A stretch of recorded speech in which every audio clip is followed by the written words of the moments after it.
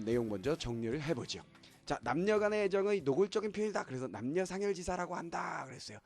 근데 뭐 이게 시험 문제에 나오겠어요? 이 작품이 남녀상열지사냐 아니냐 이런 게 나오겠습니까? 그냥 애정을 담은 노래다 정도만 아시면 되겠고요. 그냥 문학사적으로 이렇게 구분되는 작품들이 있는데 그 중에 하나다라는 것이 유명한 얘기이기 때문에 그냥 정리해 놓은 것이고, 그 다음에 비유기적인 구석.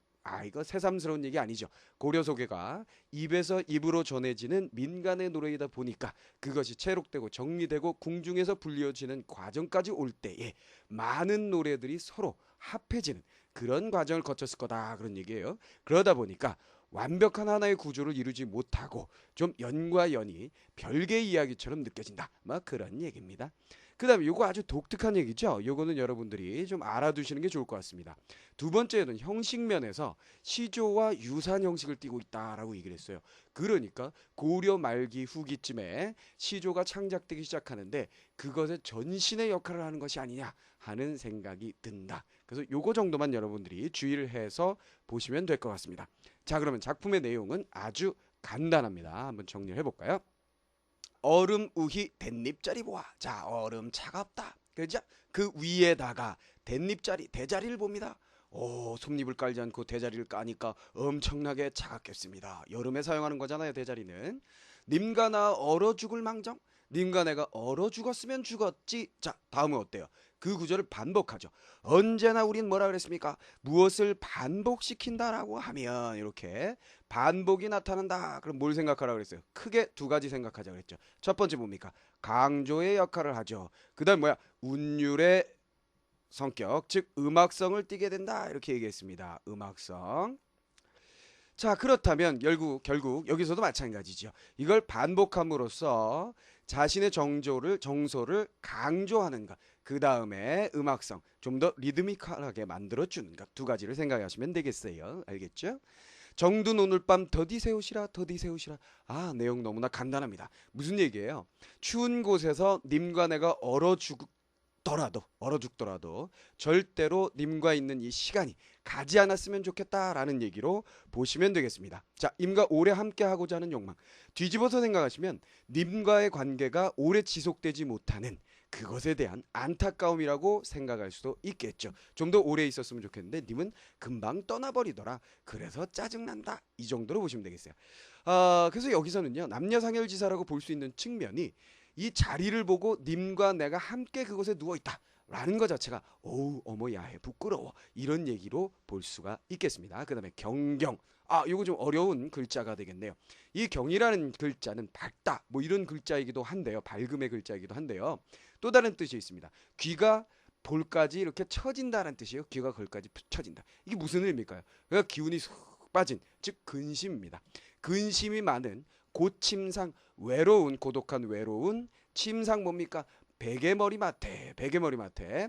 어느 잠이 오리, 어찌 잠이 오겠느냐. 자, 근심이 많아서 잠이 오겠니, 이런 얘기죠. 서창을 열어 하니, 서쪽 창문을 여니. 도화이, 도화가 주격조사 이를 사용한 거였죠. 복숭아꽃이 발하두다 피었다, 이런 얘기였죠. 도화는, 복숭아꽃은 시름이 없어서 소춘풍 뭐예요? 웃는다. 봄바람에 웃는다. 자, 그래서 봄바람이 부니까 복숭아꽃이 피어서 살랑살랑 움직이죠. 그것이 마치 복숭아꽃이 즐겁게 웃고 있는 모습처럼 느껴집니다. 왜 그럴까요? 시적가자 자신은 뭐라 그랬어요? 근심이 많아서 외로운 베갯머리라고 얘기했죠. 자기는 뭐야? 시름이 많은 겁니다. 그렇죠? 시적가자의 상황은 시름이 많고 외로운 상황이며 근심이 많은 상황인데, 그것과 대조되는 상황이 바로 뭐예요? 도화는 어떤 상황이다? 웃는 상황이다, 이런 얘기죠. 자연과 인간의 대조가 되겠습니다. 그리고 이 도화라는, 복숭아꽃이라는, 그 봄날에 생글생글 웃고 있는 복숭아꽃이라는 자연물을 통해서 자신의 외로움과 고독함을 더욱더 부각시키고 있는 상황이 되겠죠. 일반적으로 자연물들을 사용할 때는 어떻게 사용한다 그랬어요? 그렇죠. 일치되는 상황으로, 감정이입으로 상황으로 사용을 해서 자신의 정서를 부각시키거나, 아니면 반대 대조적인 상황으로 만들어 놓고 자신의 정서를 강조하거나, 그렇죠. 아니면 분위기를 조성하는 배경으로서의 역할을 하거나 이렇게 세 가지가 있다 그랬습니다. 여기선 대조를 통해서 화자의 정서를 부각시키고 있다 아시면 되겠습니다. 자, 임의부재인 것으로 우리가 여겨집니다. 임의부재로 인한 외로움을 이야기하고 있었다. 그러나 그것을 강조하는 건 무엇을 통해서? 복숭아꽃을 통해서. 어떻게 보면요, 그 복숭아꽃이라는 것이 도화가 나의 처지를 비웃고 있는 것처럼 느끼고 있다라고 해석을 해도 상관이 없겠습니다. 자, 그리고 이 부분은 뭐라 그랬어요? 경경 고침상에 어느 잠이 오리요, 사음보 형태로 되어 있고 삼행으로 되어 있지요. 후렴구가 없지요. 자, 요거 뭐예요? 바로 그렇죠. 시조의 형태와 유사한 모습을 보여주고 있다라고 처음에 얘기했었던 그 부분입니다. 자, 그 다음에 세 번째 부분 들어가죠. 넋이라도 님을 한된 연잇경, 넋이라도 님과 함께 연잇경 살아가는 모습을 넋이다니 생각했었는데 꿈꿔왔었는데 반복 구절. 벽이 더시니 어기였던 사람이, 야, 이거 어디서 많이 본 구절이죠. 그렇죠, 단어죠. 어기다, 그죠, 우기다라고 해석할 수도 있다라고 공부했었던 거 어느 작품이었을까요? 그렇죠, 정가정곡입니다. 정가정에 나왔었던 겁니다. 여기서는 어기던 사람보다는 우기던 사람보다는 어기는 사람이라고 생각하시는 게 좋을 것 같아요. 뉘러시니까 뉘러시니까. 자, 넋이라도 님과 함께, 그러니까 끝끝내 오래오래 살고 싶었는데 함께 지내는 모습을 생각했었는데 그 약속을, 그 꿈을 깬 사람이 누굽니까? 그래서 임을 원망하는 노래라고 볼 수가 있겠죠. 약속을 어긴 임에 대한 원망의 노래다 이렇게 해석할 수 있습니다. 혹은 이 부분을요, 넋이라도 님과 함께 살아가는 것이, 넋이라도 님과 함께, 이런 말을 하는 것이 남들의 이야기인 줄 알았더니만 이렇게 해석하기도 합니다. 그건 뭐 부수적인 해석이니까요. 해석상의 문제, 어떤 것이 정확한 해석이냐라는 문제는 절대 나올 수가 없습니다. 해석상의 여러 가지 이견들이 있기 때문에 고등학교 수준에서는 절대 그런 문제는 나오지 않으니까요. 어쨌거나 여기서는 우기던 사람, 어기던 사람, 어기던 사람이라고 해석해놓고 약속을 어긴, 떠난 님에 대한 원망의 정서가 드러나고 있다. 요것만 여러분들이 체크를 해 주시면 되겠습니다. 자, 그러면 다음 연으로 가볼까요? 오라 오라, 오라 오라. 요것은 무엇이냐? 오리입니다. 오리. 오리야 오리야, 아련 비오라 그랬어요. 아련, 어린 혹은 연약한이라고 해석을 하는데요. 연약한. 그 다음에 비오라, 이건 비오리입니다. 비오리. 자, 비오리라는 것은 뭐 오리의 일종의 새인데 다른 말로 뭐 자원왕이라고도 한다는데 뭐 화려하게 생긴 그런 새인 것으로 알고 있는데 정확하게 선생님도 어떻게 생겨먹은 새인지는 잘 몰라요. 알겠죠? 자, 어쨌거나 오리야 오리야, 어린 비오리야, 여흘난 어디 두고, 여울물, 물이죠. 물을 어디다 두고 소해 늪에서 자라온다. 늪으로 자라오느냐. 소 곧 얼면, 그 늪이 언다면 여울물도 좋으니 여울물도 좋으니 여울물도 좋을 것이다. 이런 얘기가 되겠어요. 그럼 여기서 여러분들이 주의해야 될 것은요, 요겁니다. 여흘난하고 그 다음에 소하고 그 다음에 비오리하고의 관계를 여러분들이 명확하게 파악을 하셔야 되겠어요. 요거는 남자 혹은 임이라고 보시면 되겠고요. 그 다음에 여흘은 뭐예요? 진짜 애인 혹은 진짜 부인 정도, 부인 혹은 여기서는 화자 정도로 해석을 할 수가 있겠고요. 그 다음에 소라는 것은 다른 여인으로 여러분들이 해석을 하시면 되겠습니다. 자, 그렇게 해석을 해놓고 보면 뭐예요? 님이 본 마누라를 제껴두고 바람을 피우는 현상을 이야기하고 있는 것으로 볼 수 있죠. 그것에 대해서 비판하고 욕하고 있는 얘기라고 해석을 하시면 되겠습니다. 그래서 바람을 피우는 임에 대해서 풍자하거나 아니면 남자들, 일반적인 남자들의 속성에 대해서 풍자하고 있는 이야기라고 여러분들이 해석을 하시면 되겠다 그런 얘기입니다.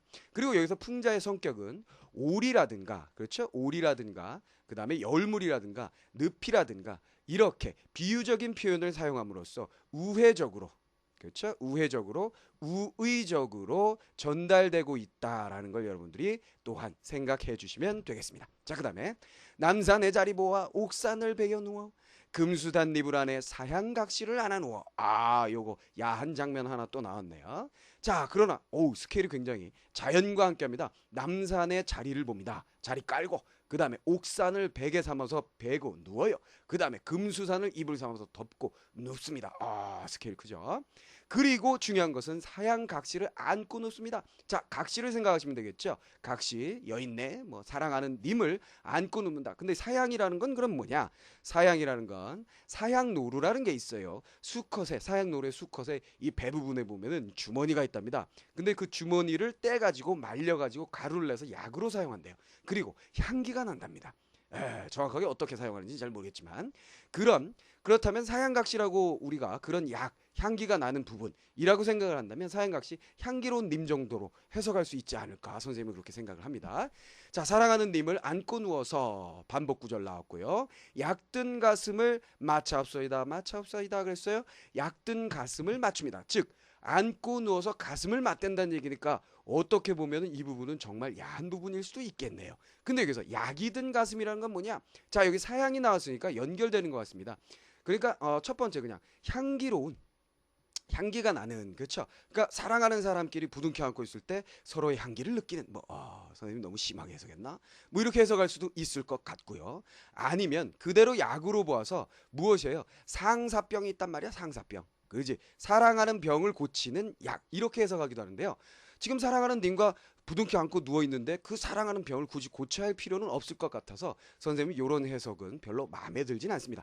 그냥 향기로운 가슴을 마주대고 이 정도로 해석하는 게 자연스럽지 않을까 하는 생각을 선생님은 해봅니다. 여러분들에게 맡기고요. 어쨌거나 사랑하는 님과 함께 나누는 사랑을 이야기하고 있다는 것 정도만 여러분들이 기억을 하시면 되겠습니다. 아소니마 님이시여. 자, 이 부분은요. 앞 연에다가 연결시킬 수도 있고요. 아니면 전체 연을 아우르는 그렇죠? 전체 연을 정리하는 결론 부분으로 해석할 수도 있을 것 같습니다. 원대 평생 뭐야? 한평생. 내 긴 평생에 여일살 모라 앞세. 오호 무슨 뭐 제주도 사투리 같으네요. 그러죠? 여일 줄을 모르겠습니다. 그런 얘기입니다. 그러니까 평생 님과 여일 수는 없습니다. 님과 헤어질 수는 없습니다. 영원한 사랑 forever 이런 얘기가 되겠지요. 인과 영원한 사랑을 나누겠어요. 이런 얘기입니다. 그래서 자연스럽게 내용상 연결이 되는 유기적인 형태는 아니지만 뭔 알 수 있습니까? 그렇죠. 님과의 사랑을 이야기한다. 님과 오래오래 함께하고 싶다. 떠난 님이 그립다. 떠나는 님이 원망스럽다. 등등의 이야기들을 담고 있어서 서민들의 사랑 감정, 애정 감정을 담고 있는 노래라는 걸 우리가 확인할 수 있었습니다. 그래서 남녀상열지사라고 지칭되는 부분이 어느 부분인지 우리가 확인을 해봤는데 그것이 그렇게 중요한 부분은 아닙니다. 그냥 우리 수준에서는 사랑하는 연인들의 이야기다 정도로 생각하시면 되겠고요. 비유기적인 거 확인을 해봤습니다. 그 다음에 이연에서 시조와 유사한 형태 요거 봤죠? 요거는 좀 주의를 해 주시는 것이 좋겠습니다.